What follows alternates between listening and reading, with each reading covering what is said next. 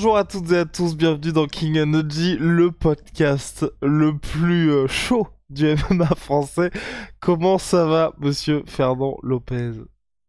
Je vais très bien. Comment vas-tu, Guillaume? Formidable. Ah, ça va pas mal, ça va pas mal. Un peu déçu par notre cher Kamaru Usman. Je sais pas ce que t'en as pensé. J'ai pu parler avec Taylor juste après à Londres et c'est vrai que Taylor était en mode, c'est vrai qu'après un combat comme ça, et j'aimerais bien ton point de vue aussi. Quand tu viens de perdre par KO comme ça, un KO aussi traumatisant, directement revenir face au même adversaire, ça peut laisser des traces. Et j'ai eu l'impression que ça avait laissé des traces. Absolument. Je pense qu'il n'est pas, il n'a pas été le même, mais je continue à dire à chaque fois qu'il y a une défaite, nous, on est de l'autre côté de la barrière, on essaie de trouver des réponses et on essaie de dire ce qui n'a pas marché chez Ousmane et tout ça. La réalité, c'est que Guillaume, il faut tellement, il faut tellement il y a tellement de paramètres qui auraient pu fauter sur son combat, tu n'as même pas l'idée. C'est, ça pourrait être ce truc de résidu de trauma du combat précédent. Ça peut être l'accumulation euh, le fait d'amasser ce truc-là où Ousmane a été critiqué sur son combat parce que on trouve que il la ramène beaucoup et qu'on le critique et derrière ça, lui, il vient avec l'idée de venir prouver, mais sauf qu'il ne vient plus pour gagner, il vient pour ne pas perdre.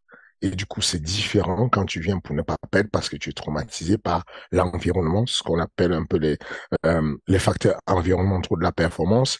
Ça peut être parce que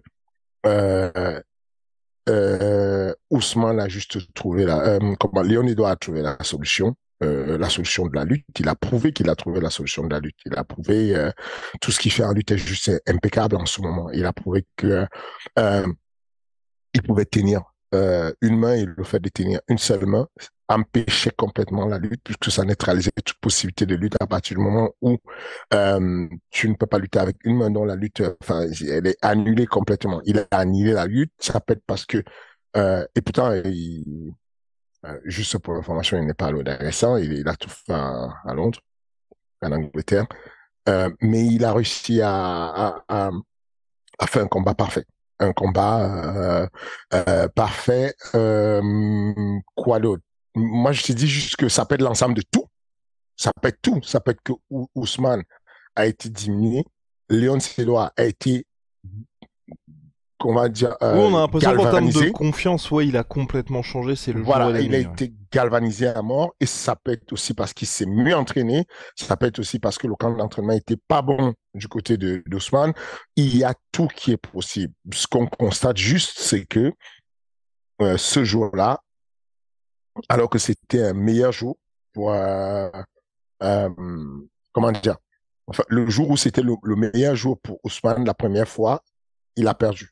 Lyon Silva a gagné alors que c'était sa journée. C'était la mauvaise journée où il était, vraiment, c'était une mauvaise journée pour Lyon Silva, une très bonne journée pour Ousmane, mais Ousmane a réussi à perdre et Lyon Silva a gagné. On arrive à Londres. Cette fois-ci, c'est la bonne journée pour Lyon Silva. Il a tout qui est pour lui. Il est le gars qui entre en dernier dans la cage. Il est le gars qui est le champion sur lui. Il est celui qui a doublé par toute la foule. Et il va confirmer, il va gagner en manquant totalement de respect à Ousmane. C'est vraiment un manque de respect total, amour de. Mais quand je dis manque de respect, il ne faut pas voir ça négativement. C'est que c'est du coaching en fait. C'est de dire non, il faut pas que tu le respectes. En tout cas, que tu ne respectes pas l'aspect de sa lutte au point où ça va annihiler tes points forts. Il a complètement désinhibé le truc de lutte. Il avançait sur Ousmane comme si c'était lui le meilleur lutteur. Il avançait, il a même shooté un takedown. Il a même osé enfin, shooter pour un double leg sur Ousmane. C'est-à-dire le niveau de confiance avec lequel il était. Et ça a payé. Ça a payé parce que du coup, Pour toi, juste, c'est euh, uniquement la confiance, parce que le jour et la nuit, notamment sur l'aspect lutte, entre le premier et le deuxième combat, c'est saisissant.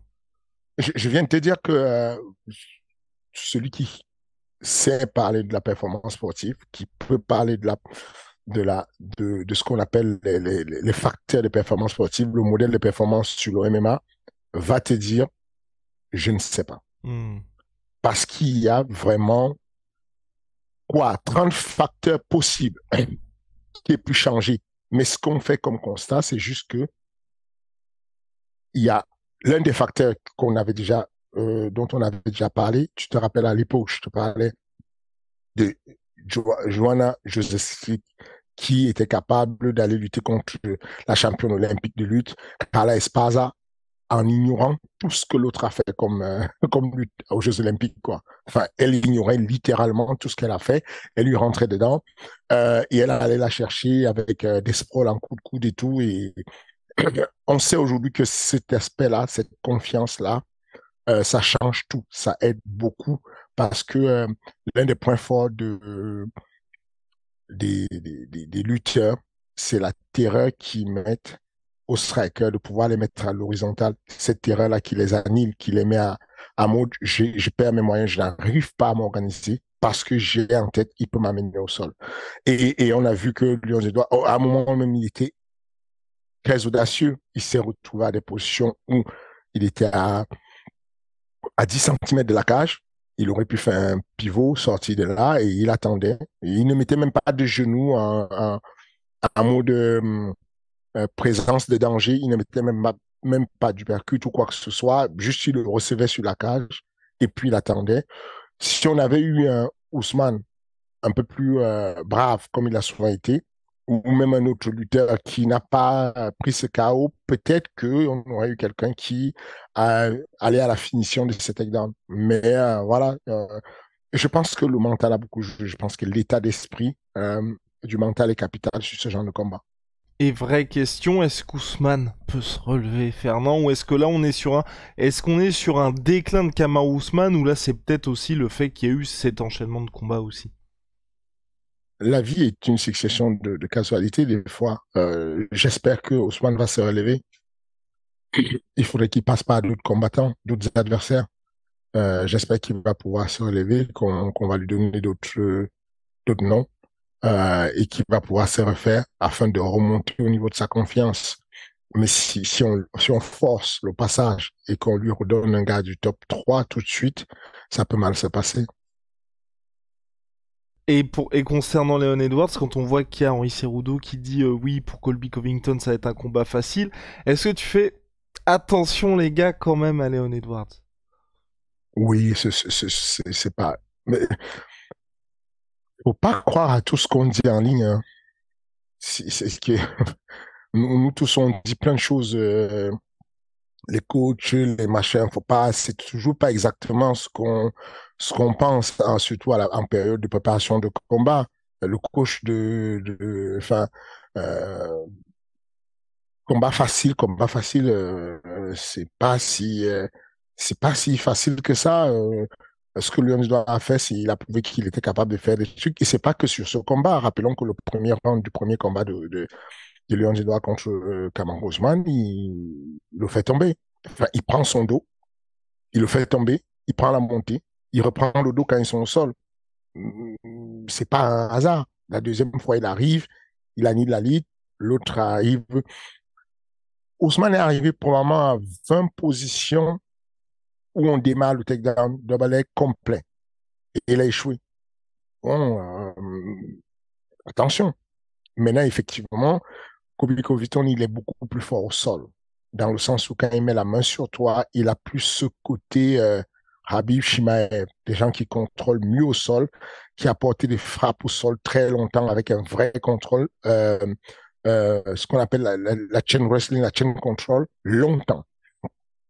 Euh, mais, euh, mais non, attention, debout, Leon Edouard peut le mettre très mal à l'aise.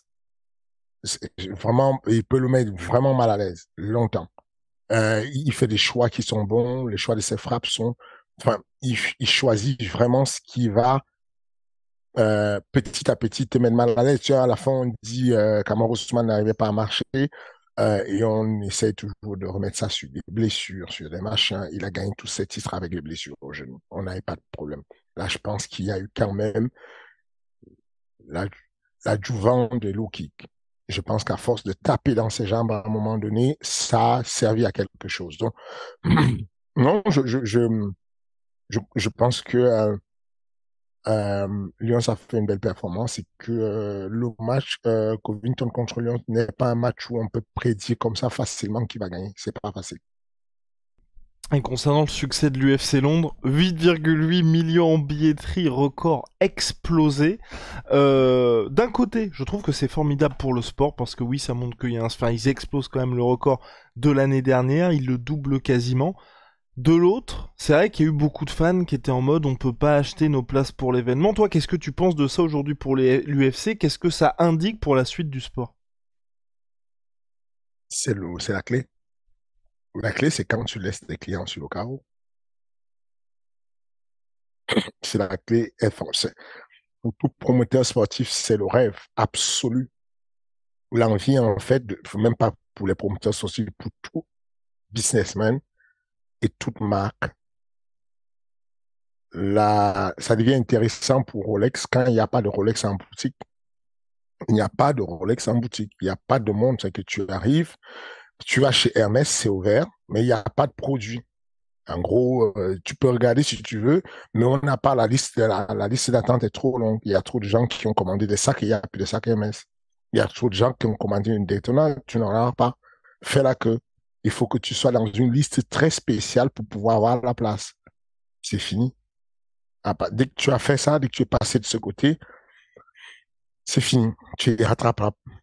Tu es refait. Et là, c'est l'UFC, c'est fini. À partir du moment où on est à Londres, on est en Europe,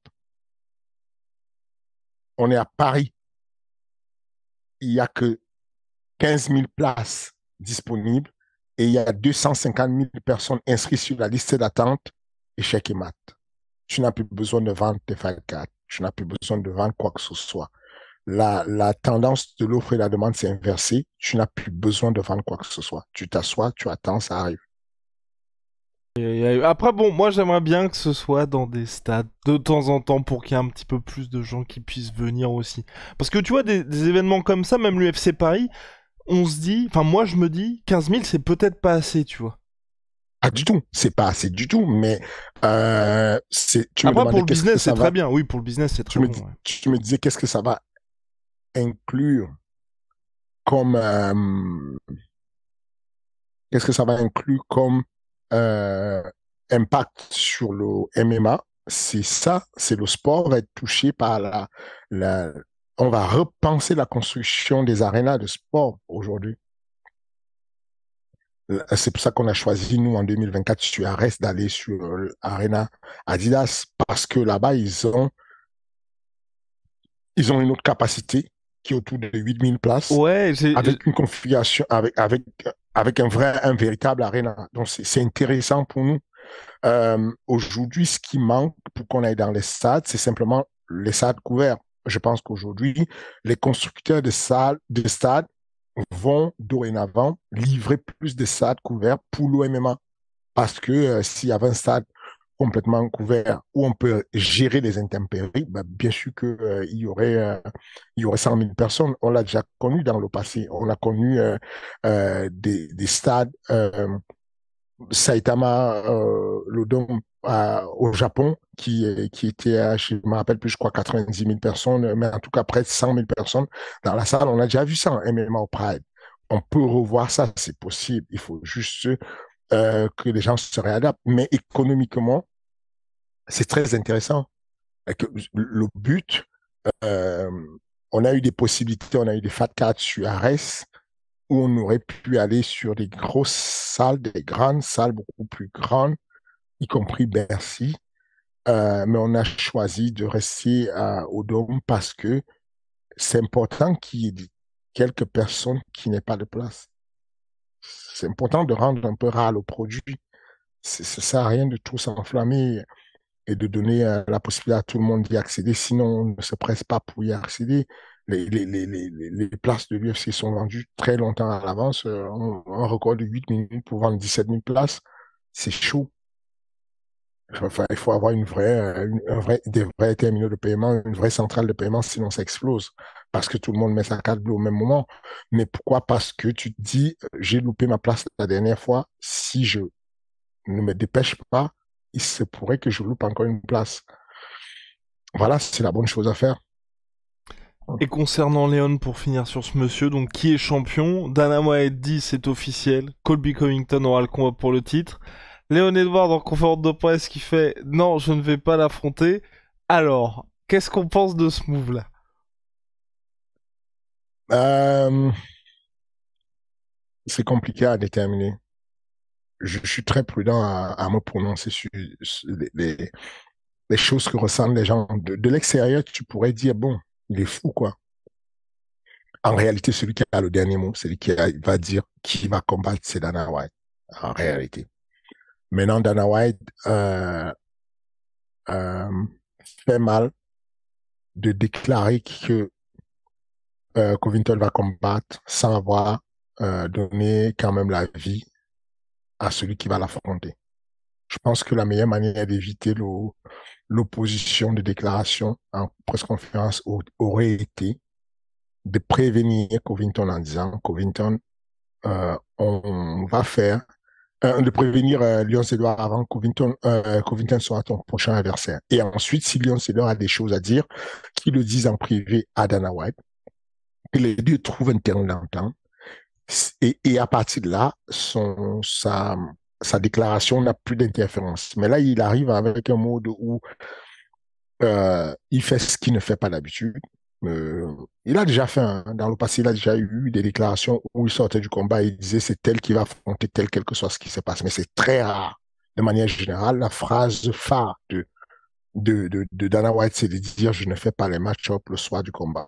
On va voir comment ça va se jouer. On va voir ce qui va se passer. Éventuellement, on décidera. Cette fois-ci, il a décidé de manière unilatérale que le fight qui allait avoir lieu était celui de Covington. On peut détester, on peut aimer, on peut dire tout ce qu'on a envie de dire sur les match-up. On a toujours envie il y a toujours quelque chose à dire. Les gens ont toujours quelque chose à dire. C'est très critiqué. Et effectivement, Covington n'a pas mérité le fight. Effectivement, il est possible que ce soit des arrangements parce qu'on évite que Covington maintienne sa plainte contre Masvidal et qu'on ne veut pas que Masvidal sorte du roster si jamais il y avait un problème. On peut imaginer que l'UFC a plutôt intérêt à faire le match Masvidal contre Covington à un moment donné parce que ce serait le plus gros. Masvidal Edwards, ouais. Non. Parce qu'ils l'ont déjà fait, un Si, Covington Masvidal. Ou non? oui, Ouais.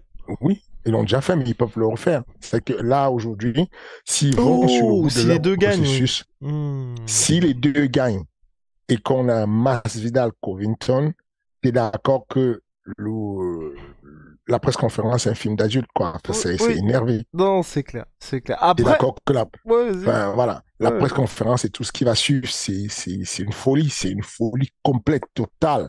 Après, l'enjeu sportif n'y est pas. Il n'y a pas du tout, Masvidal ne va pas faire la magie, il va faire la magie à personne. Mais, mais voilà, on sait juste que, on peut imaginer ça. Maintenant, ils font ce qu'ils veulent.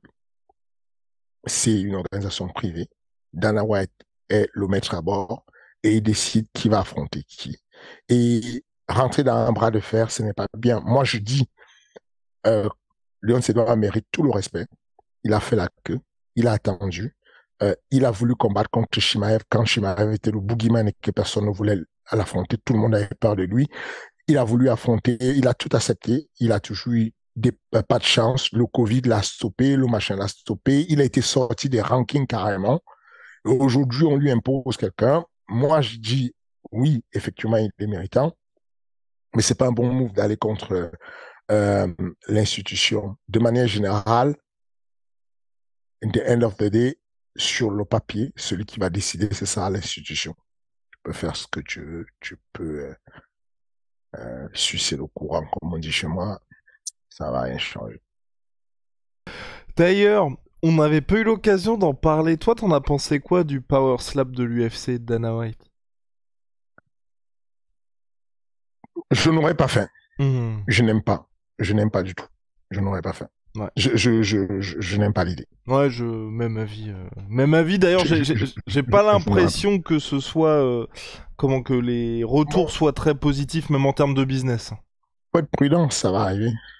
Faut être prudent, ça Tu va. Je penses ça? pense que ça va arriver. Wow. Je pense que ça va monter. Je pense que ça Ok. va monter. C'est bien marketé, c'est pas mal. Oui, ça par contre, toi, au niveau du marketing, ouais, mais est-ce que Ne tu... paniquez pas, hein, je ne fais pas, ce n'est pas du rhum, hein, c'est juste du jus de gingembre. Oui, oui, oui, oui, à Voilà. d'autres, à d'autres, à Ne d'autres, à paniquez d'autres. Non, non, non, mais sérieusement, c'est du gingembre de Ça y est, depuis l'auberger de l'UFC Vincennes. 285, ça y est, il est tombé dans les Non, pommes. non, non, non, non. Non, l'auberger de Vincennes, c'est eux qui livrent les fruits et les boissons pour les combattants sur Arès. Et Ah, ils ont un jus de gingembre qui fait tomber. Enfin, le matin, c'est le truc pour se réveiller. C'est mon café. Ça fait du bien.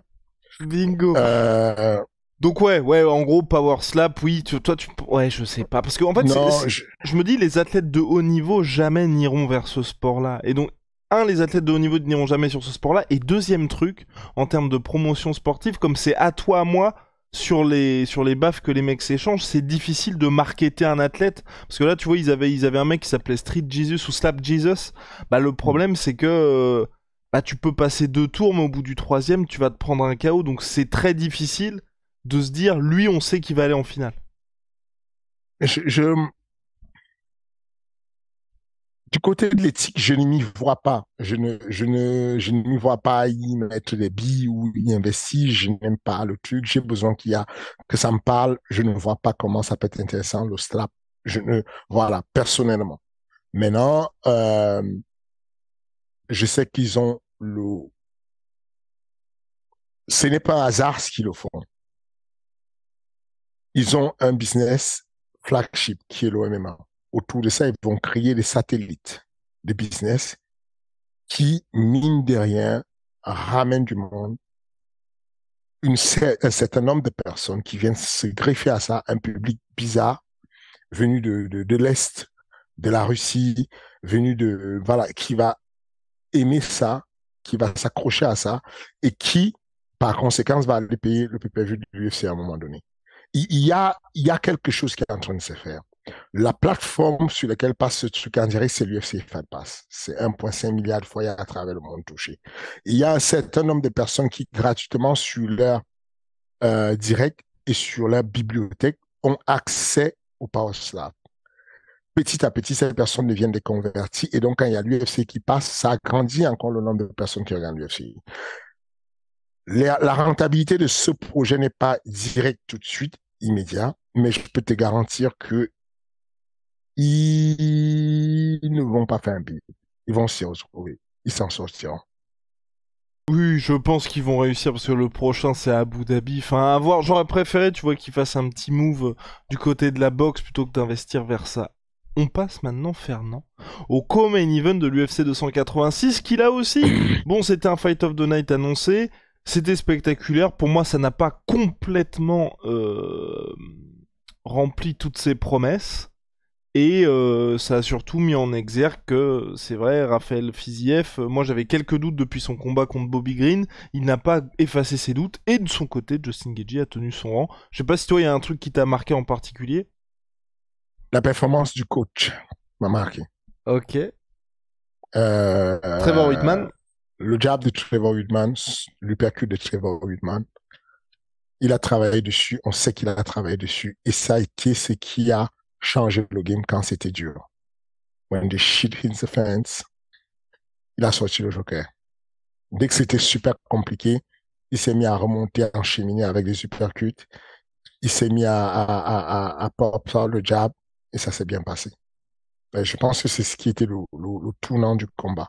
Et, et, euh, je dis bravo à lui d'avoir fait cette réadaptation. Je parle du combattant, hein, de Justin Gaethje. Je dis aussi bravo au coach qui a conduit à ça.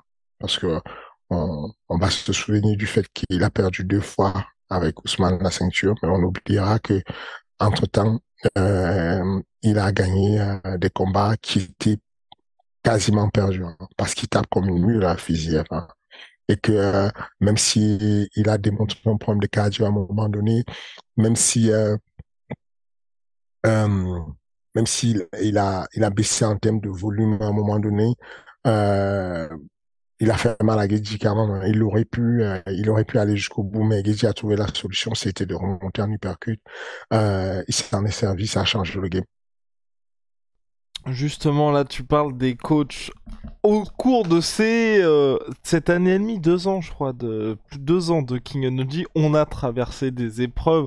Il y a eu des hauts, des bas, des très hauts, des très bas. J'ai vu dernièrement, tu as partagé sur LinkedIn un post sur le fait qu'on parle beaucoup de la santé mentale des athlètes, mais pas beaucoup des entraîneurs. Toi, est-ce que c'est quelque chose aujourd'hui auquel, t'es sensible et sur lequel tu travailles aussi, et plus particulièrement encore là depuis 2 semaines? Oui, oui, je pense que ça fait partie de la vie de tout le monde de se dire que tu es un médecin, tu soignes les gens, mais il faut aussi voir comment te soigner. Faut.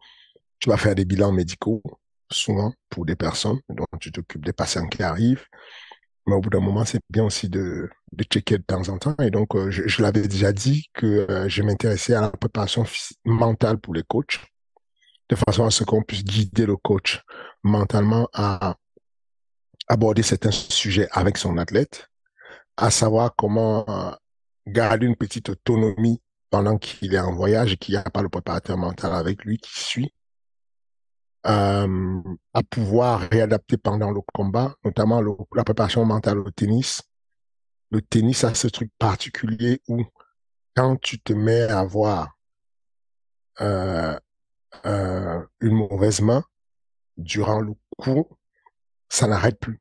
Tu descends, tu descends, tu descends, et les tennismen ont trouvé des solutions pour décrocher. Genre, il y a certains qui s'acharnent et qui s'énervent sur la raquette, à taper la raquette longtemps au sol. C'est pas toujours un signe d'énervement. Enfin, si c'est un signe d'énervement, c'est de l'exutoire, mais c'est une manière aussi de décrocher. Repartir s'asseoir, prendre de l'eau et trouver un truc pour nettoyer ce qui vient de se passer, le mettre dans le passé, de façon à ce que le prochain service qui arrive ne soit pas dans le présent alors qu'il y a encore des interférences du présent. Et donc, ils vont nettoyer comment dire, ces sous-produits qui sont là, qui traînent là dans leur tête parce qu'il a loupé la balle, parce qu'il a mal servi, pour revenir neuf et se dire, OK, je nettoie tout, je reviens et je reprends la main. Et, euh, et donc, oui, je m'intéresse à ça. Je me suis toujours intéressé. J'ai toujours été l'un des précurseurs en France sur tous les nouveaux éléments qui pouvaient venir aider la performance sportive. Et donc, oui, je m'intéresse à ça. Il y avait, c'est pas moi qui l'ai publié, c'est une publication de l'une des meilleures écoles de préparation mentale pour le sport en France, qui publiait un article et qui disait qu'on s'occupe beaucoup plus de la préparation physique des sportifs, mais qu'on oublie souvent la charge émotionnelle que peuvent avoir les coachs. Et donc, il parlait de ça et ça m'intéresse puisque moi, pour moi-même, je m'en occupe. Enfin, j'ai des discussions très souvent avec des préparateurs mentaux sur comment je vis les émotions, comment je les vis avant, comment je les vis pendant, comment je les vis après.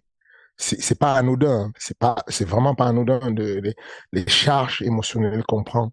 Même quand on dit ça va, je suis bien, j'ai pas de problème, ce n'est pas anodin du tout euh, de vivre des choses que tu ne peux pas exprimer. Il y a plein de choses dans la vie que tu ne peux pas exprimer. Il y a des rêves que les gens ont dans leur tête.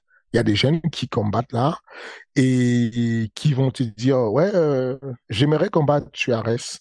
J'aimerais juste combattre sur Arès. Tu sais, si un jour je peux faire champion d'Arès, je serais content. Et en gros, tu vas lui dire, OK, bon, arrête tes bobards, dis-moi la vérité. Au fond de toi, tu veux quoi?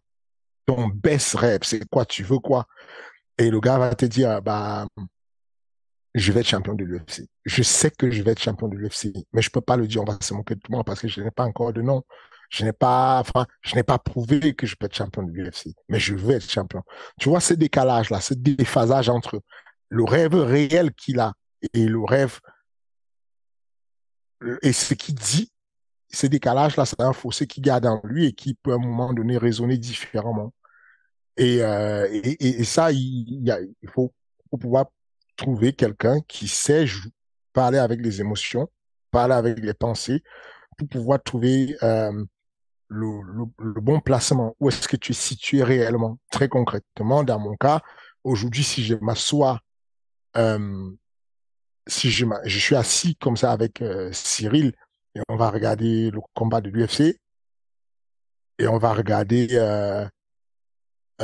Ousmane gagner son combat, et on va se regarder, non, Léon Zedouard gagner son combat contre Ousmane. S'il y a du monde, on va se regarder, on va sourire et on va continuer à regarder la télé comme s'il n'y avait rien, parce qu'on ne peut pas dire ce qu'on veut. Et puis, si on n'est que deux, on va regarder, on va dire oui. Si on est avec la team, même pas que deux, tous ceux qui ont vu le combat, le camp d'entraînement, ils vont dire oui, c'est fou, on peut pas le dire, on peut pas s'exprimer, on n'a pas pu faire ça. Parce qu'on on peut pas l'exprimer, mais en réalité, on a préparé ça, on a fait ça, on a fait ça, on a fait ça, on a prévu ça, on a fait ça. Mais voilà, on a dit 100 000 fois, on va pas le respecter, on ne doit pas le respecter. On va arriver face à John Jones, on va faire ci, on va faire ça. On savait ce qu'on va faire, on pensait savoir ce qu'on va faire. Et puis ça arrive et ce n'est pas pareil.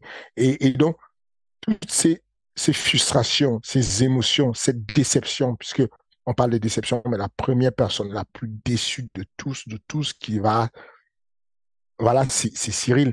Et donc, toutes ces accumulations-là, c'est bien d'en parler, de pouvoir aller chercher comme on fait aujourd'hui. Moi, je le fais avec la préparation mentale, mais je le fais même en discussion. L'autre jour, on était avec le staff qui a préparé Cyril et on mange au restaurant. Et c'est une réunion de travail où on sort des documents, on sort enfin, comment dire, le préparateur mental, le préparateur physique sort sa feuille, il pose sur la table et puis on va discuter et puis on va dire, OK, euh, voilà ce qui était prévu, voilà ce qu'on a fait, machin. Et toi, Cyril, qu'est-ce que tu as ressenti à tel moment quand on marchait? Quelle est l'émotion que tu avais quand tu étais dans la cage et que tu attendais John Jones qui prenait le temps, qui faisait ses steps sur le pied parce qu'il y avait un souci avec la commission?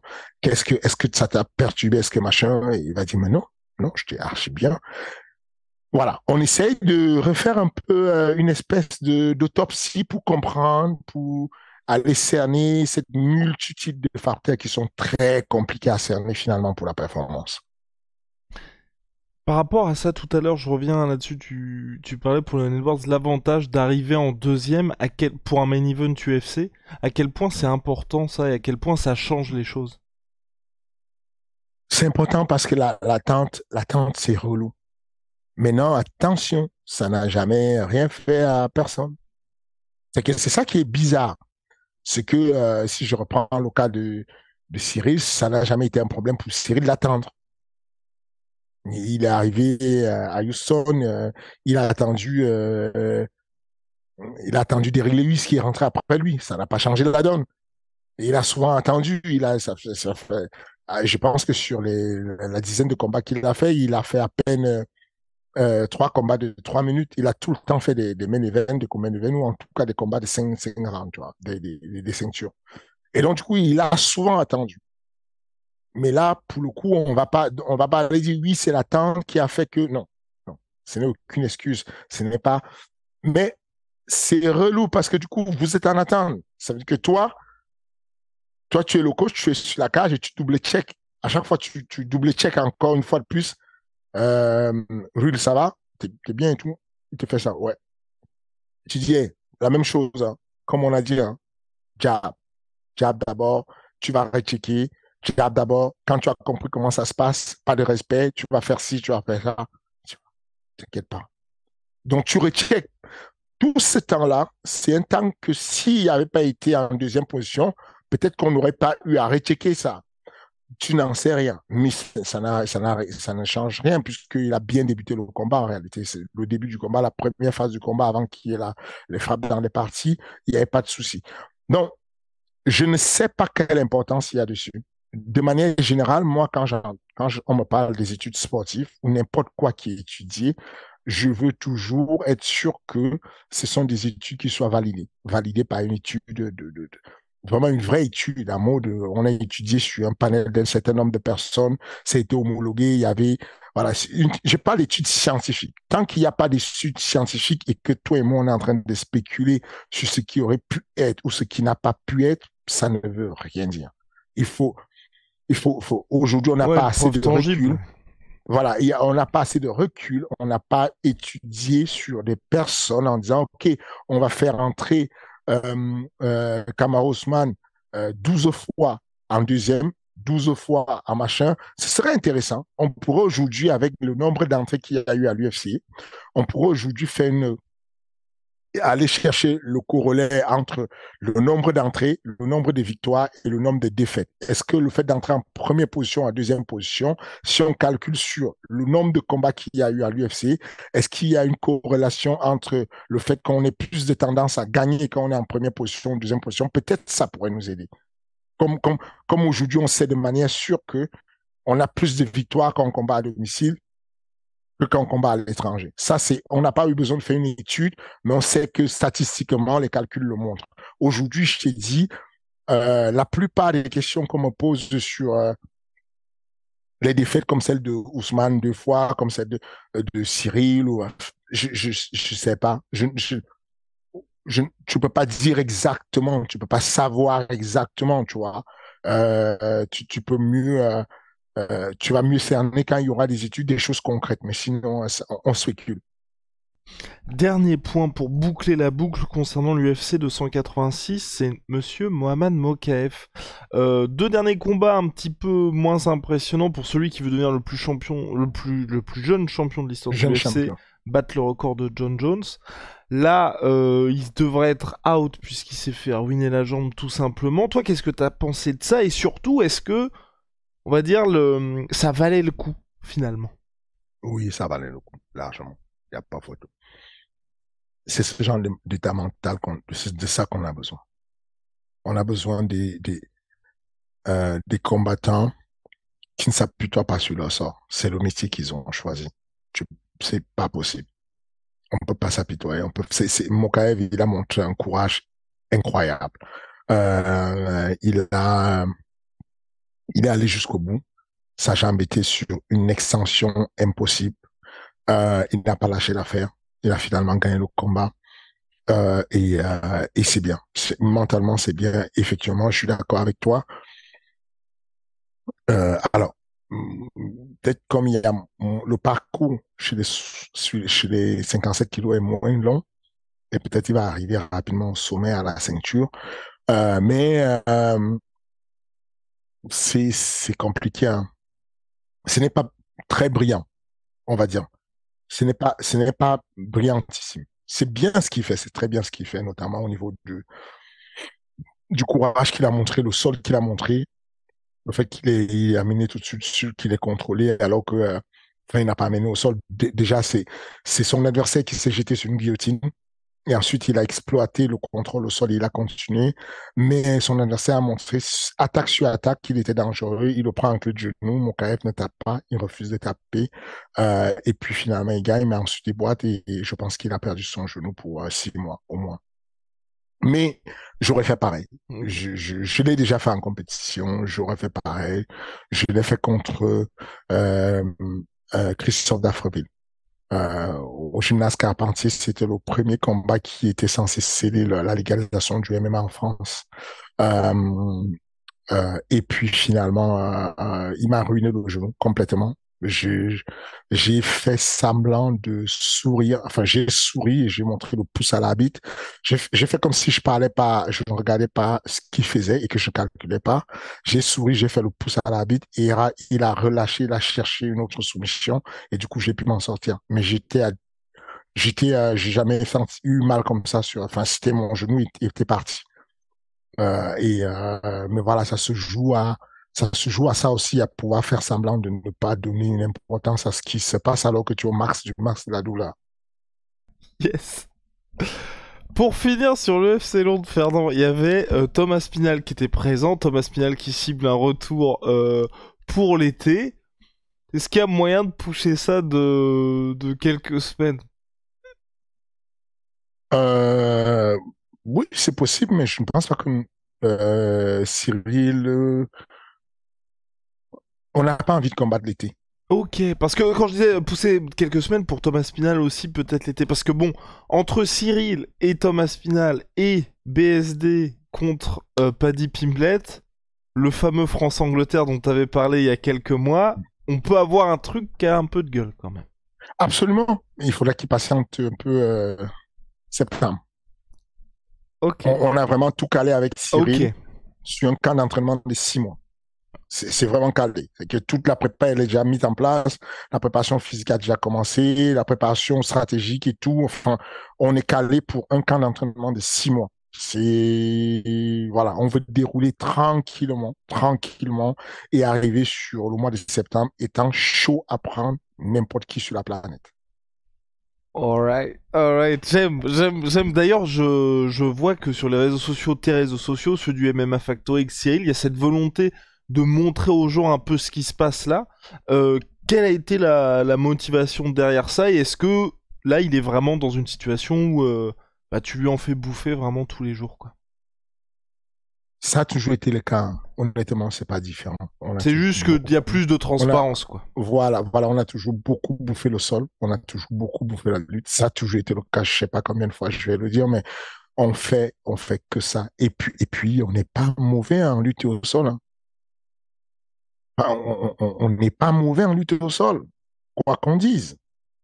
J'entends parler de ces personnes qui disent ils ne savent pas monter les mecs en lutte au sol. Excusez-moi, il y a peu de salles où il y a des mecs aussi dominants en lutte au sol. Je vous rappelle que même si Armes Salamov,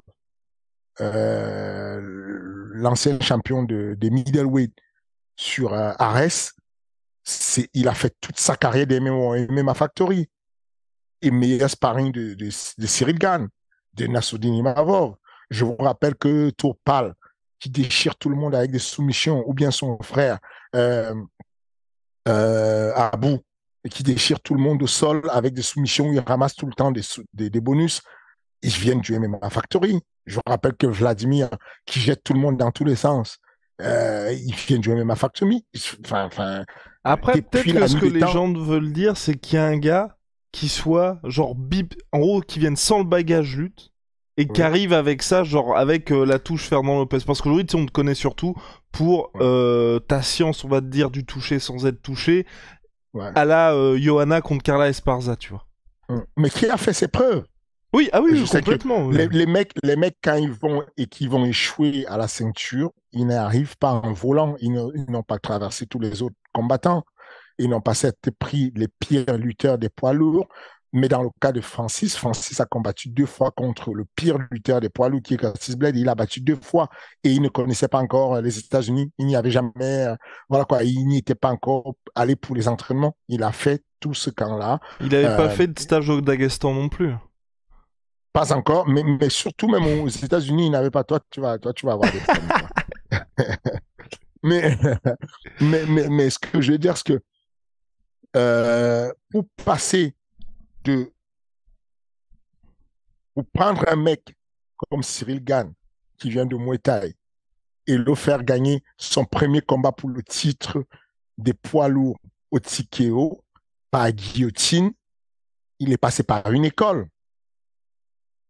Ensuite, pour arriver à l'UFC et battre un mec brésilien qui est ceinture noire de jiu-jitsu brésilien par triangle de bras, il faut quand même passer par une école.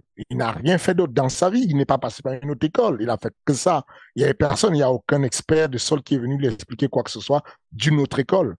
Non, et puis surtout, c'est, je pense, que ce soit les Trevor Whitman, les Jim Berman qui sont les autres grands coachs, ou même Tim Eke, à chaque fois, il y a une philosophie chez le coach là aussi, qui fait que bah, quand il y a Kamaru Usman, on a clairement vu l'avant-après, quand il est passé. Donc bon. Oui, l'avant-après.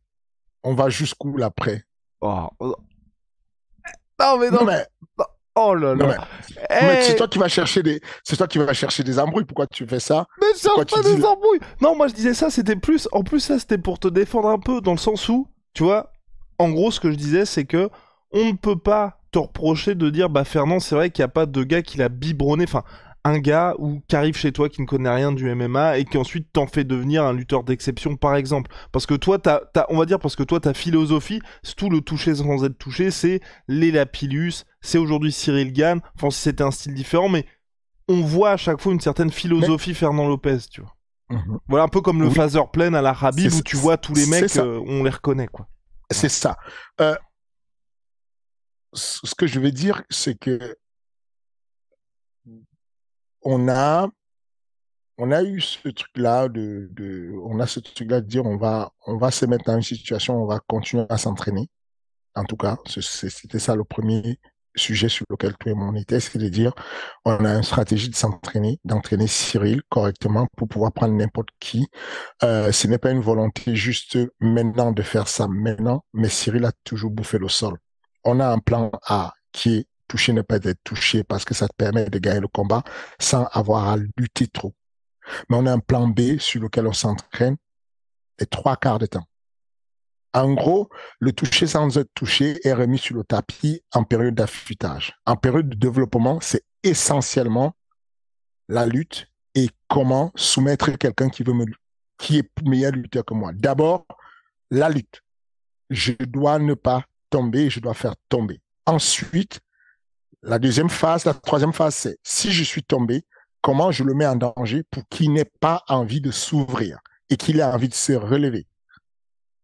Tu vois, dans le cadre de Francis, il fait tomber, il se met en danger sur la kimura dans la foulée. Il est en bas, il se met en danger sur la clé de talon, la clé de genou. Il se met en danger sur plein de soumissions. C'est ce qu'on essaie de faire et de perfectionner. Mais on a un plan A qui est plan A, je ne tombe jamais. Qui ne me touche pas parce que je suis meilleur que toi debout. Ou alors, plan A, je ne garde pas la distance, je te fais tomber tout le temps. Parce que ça aussi, quand je fais une stratégie aujourd'hui, Abdul s'entraîne beaucoup plus à Nantes, mais quand je faisais une stratégie pour Abdul ou qu'il s'entraîne à la salle ou Ahmed Salamov, c'est comment je fais pour que quand je lui mets la main dessus, il ne revienne jamais debout. On oublie qu'on le fait ça et qu'on a su le faire. Iman, comment il s'appelle? Ibrahim Mani. Ibrahim Mané a affronté un lutteur venu de la Suisse. Si on met un match de lutte contre Ibrahim Mané, c'est un vrai match où il perd tout. Mais regarde ce qu'il a fait, Ibrahim Mané. Défense d'école de lutte, contre de lutte, renversement de lutte. Il a même allé chercher soumission, mise en danger à la guillotine au point où le mec arrête de lutter. Et ensuite, il repart debout et ensuite, voilà. Donc, on sait le faire. Maintenant, il y a des limites à tout. Ça veut dire que tu prends un gars comme le meilleur lutteur que tu veux y prendre au monde. Tu prends Alexander Karlin, meilleur lutteur de tous les temps en Russie. Tu entraînes quelqu'un d'autre face à lui qui est meilleur lutteur des États-Unis. Il y a un qui va perdre. Il n'y a qu'une seule médaille d'or. Il y a un au bout d'un moment qui va perdre. Ça ne veut pas dire qu'on ne sait pas le faire et qu'on ne... Et en plus, on s'entoure vraiment des génies. Aujourd'hui, pas aujourd'hui, depuis quelques années, on le sait, dès l'ouverture du MMA Factory, on avait avec nous NCU qui est devenu Infinity, qui est l'une des écoles qui gagne quasiment tous les années les, les, les, le- les coupes, enfin, les finales nationales de JJB en Ogi. On le sait aujourd'hui. On s'est entouré d'Olivier Mako, Mmh. c'est l'un des meilleurs qui fait un boulot extraordinaire pour le sol. On sait s'entourer, on sait faire ça. Et en plus de ça, on évolue. Donc, la véritable volonté, c'est de dire qu'on tient compte de ce que les personnes qui sont des personnes qui soutiennent sincèrement, il y en a une tonne là-dehors. Enfin, je ne réussis pas à trouver le temps pour les remercier. Je souhaiterais que mes community managers puissent mettre des petits extraits de ces messages, bien entendu en préservant les noms des gens et tout, des petits messages hyper gentils que je reçois. J'en ai des milliers, des messages qui sont très touchants sur des personnes qui vraiment, sincèrement, ont été très déçues. Même certaines personnes vexées parce qu'elles avaient fait des paris et qu'elles avaient parié sur Cyril. Et ces personnes-là, c'est touchant de leur... C'est avec elles qu'on a envie de rester en contact et de leur dire merci beaucoup pour le soutien. On vous a compris, on vous a entendu. On, on, on ne vous montrait pas ce qu'on faisait. Mais la réalité, c'est que voilà ce qu'on fait tout le temps. Voilà ce qu'on fait souvent, la lutte, le sol. Et voilà ce qu'on va vous montrer. Mais on va vous garantir qu'on ne va pas changer tout, basculer à l'extrême au point de devenir des lutteurs et avec un Cyril qui ne sait pas boxer. Ça pourra arriver. Vous pourrez arriver demain et avoir un Cyril qui se met à faire le contraire de Justin Gaethje.